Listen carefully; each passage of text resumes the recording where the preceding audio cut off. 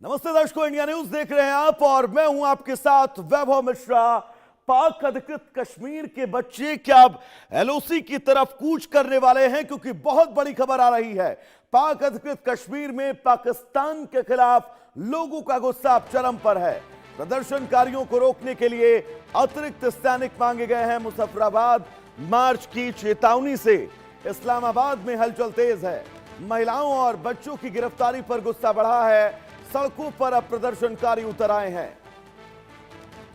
सेना पर दमन के आरोप हैं। पीओके में बढ़ते विरोध ने अब पाकिस्तान की टेंशन बढ़ा दी है, जो बढ़ना स्वाभाविक है। यह तस्वीर पाक अधिकृत कश्मीर से, क्योंकि 9 तारीख का अल्टीमेटम जेएसी की तरफ से दिया गया था और वो अल्टीमेटम अब खत्म हो चुका है। तो क्या पाक अधिकृत कश्मीर में अब कुछ बहुत बड़ा होने वाला है? ताजा घटनाक्रम में पाकिस्तान सरकार और सेना लगातार इस पूरे मामले में दबाव बनाती हुई दिखाई दे रही है, क्योंकि संयुक्त आवामी एक्शन कमेटी यानी जेएसी के नेतृत्व में चल रहा आंदोलन अब बड़े जन आंदोलन का रूप ले चुका है।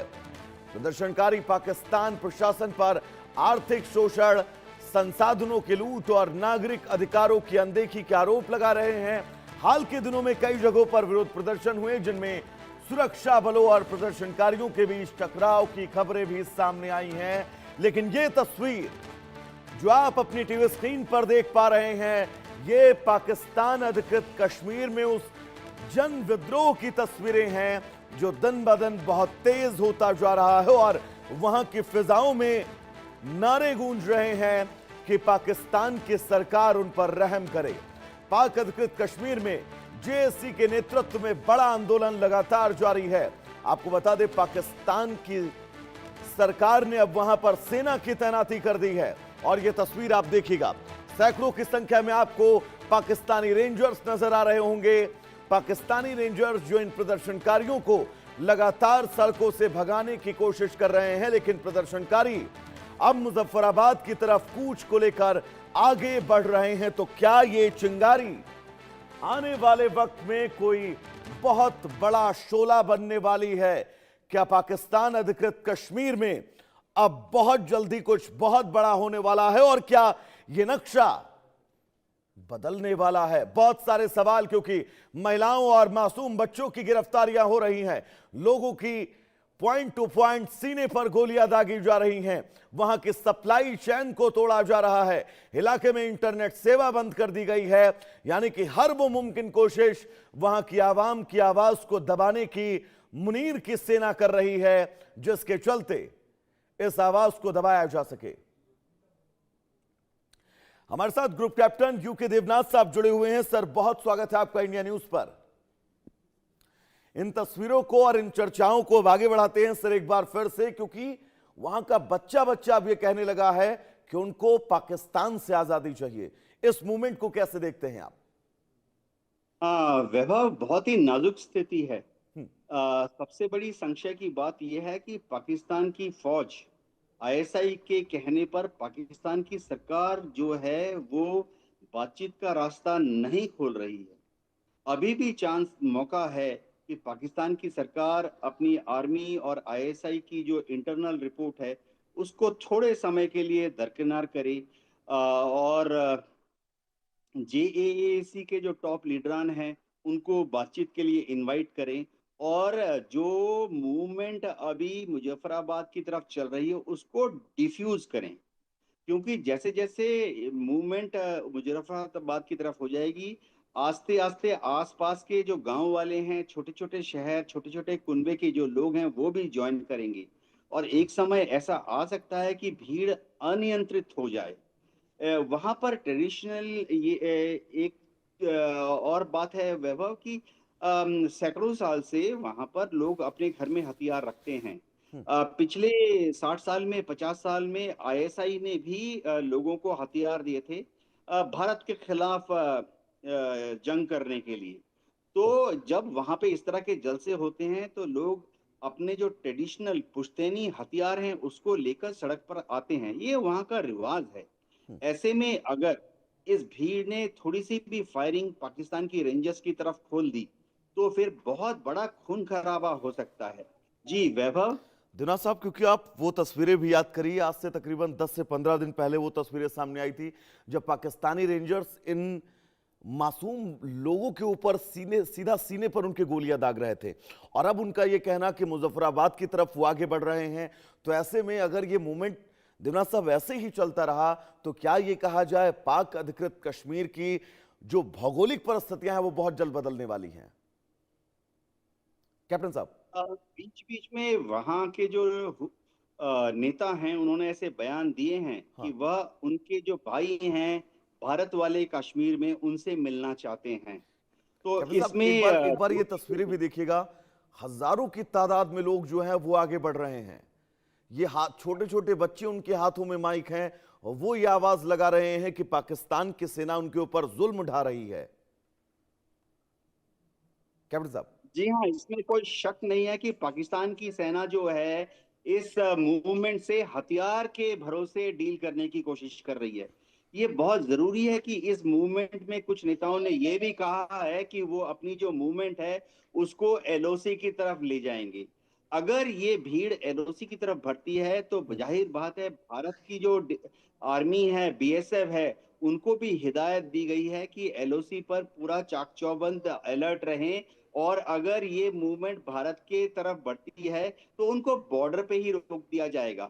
हमारे जो बॉर्डर पर आर्मी और बीएसएफ की जो बटालियंस हैं उनके जो कमांडिंग ऑफिसर हैं, कमांडेंट हैं, वो लगातार हॉटलाइन पर अपने काउंटर पार्ट पाकिस्तानी ऑफिसर से बात कर रहे हैं और ये दरखास्त कर रहे हैं कि पाकिस्तान में जो रेंजर्स हैं वो इस मूवमेंट के जो लोग हैं उनको एक्चुअल एलओसी पर ना आने दें। जी। क्योंकि कैप्टन साहब, पाक अधिकृत कश्मीर का ये जो पूरा हिस्सा है, इसने बंटवारे के बाद से जो दर्द झेला है, क्योंकि कबालियों के भेष में जो पाकिस्तान की आर्मी ने वहां पर जुल्म ढाया था, तब से लेकर अब तक लगभग 76-77 साल हो चुके होंगे सर इस पूरे वाकया को। उसके बावजूद क्या अब ये माना जाए कि अब ये चरम सीमा को पार कर चुका है? एक जो थिन लाइन होती है जब आप प्रदर्शन करते हो और वो प्रदर्शन जब रुकने का नाम इस शर्त पर लेगा कि उनकी शर्त मानी जाएगी, तो क्या अब ये उस बॉर्डर रेखा को भी पार कर चुका है?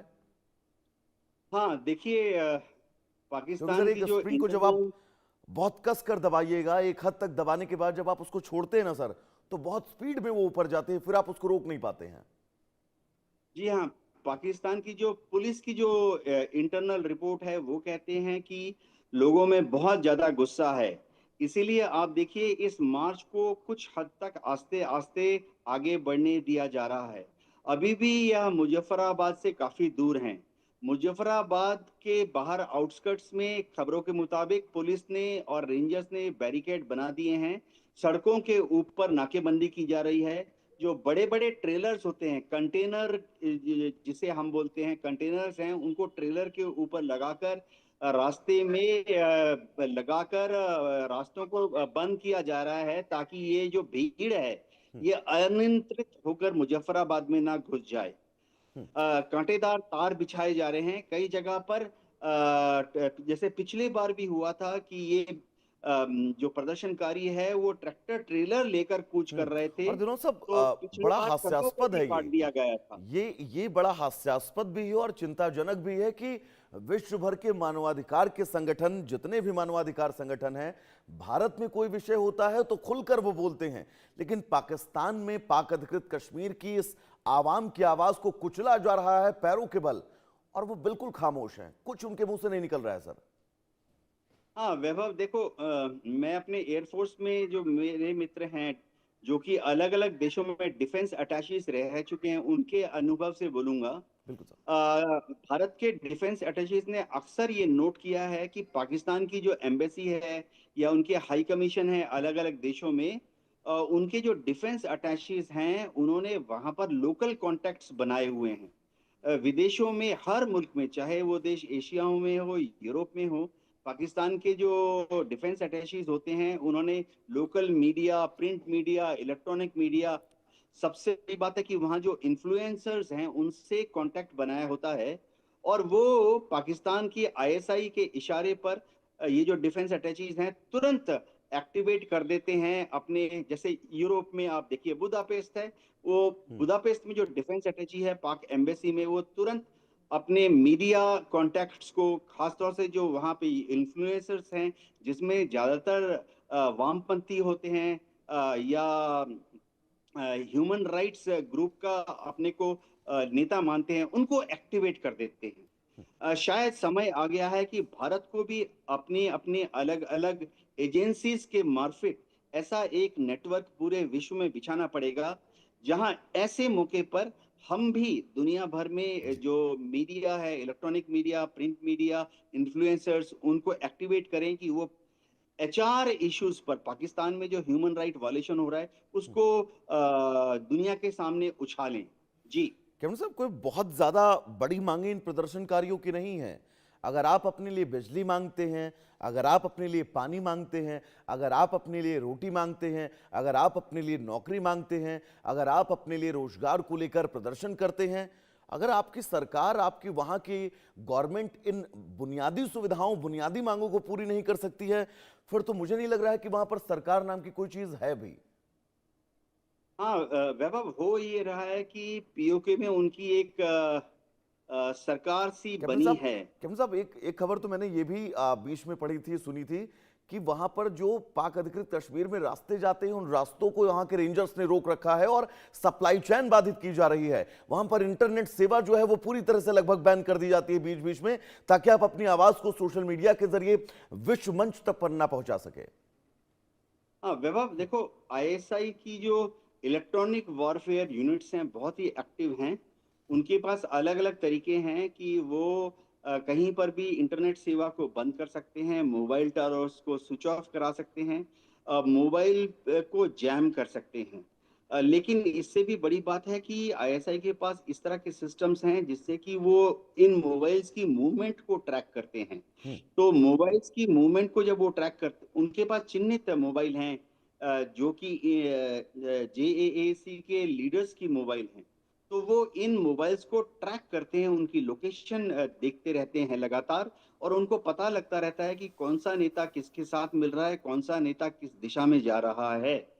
अब जहां तक रेंजर्स जो रोड ब्लॉक कर रहे हैं, आप बहुत जल्दी देखेंगे, कल तक आप देखेंगे कि ना सिर्फ रेंजर्स ने बैरिकेड्स लगाए हैं, वरन वो सड़कों में भी 4 फीट गहरा गड्ढा खोद देते हैं। यानी कि कैप्टन साहब, हर वो मुमकिन कोशिश पाक अधिकृत कश्मीर की आम जनता की आवाज को दबाने की कोशिश है, लेकिन फिलहाल इन तस्वीरों को देखकर यह कहा जा सकता है कि अब वहां की जनता, इन तस्वीरों को देखकर तो मैं बिल्कुल कह सकता हूं कि अब नहीं रुकने वाली है।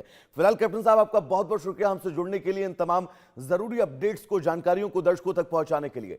चलिए आगे बढ़ेंगे, एक और बड़ी खबर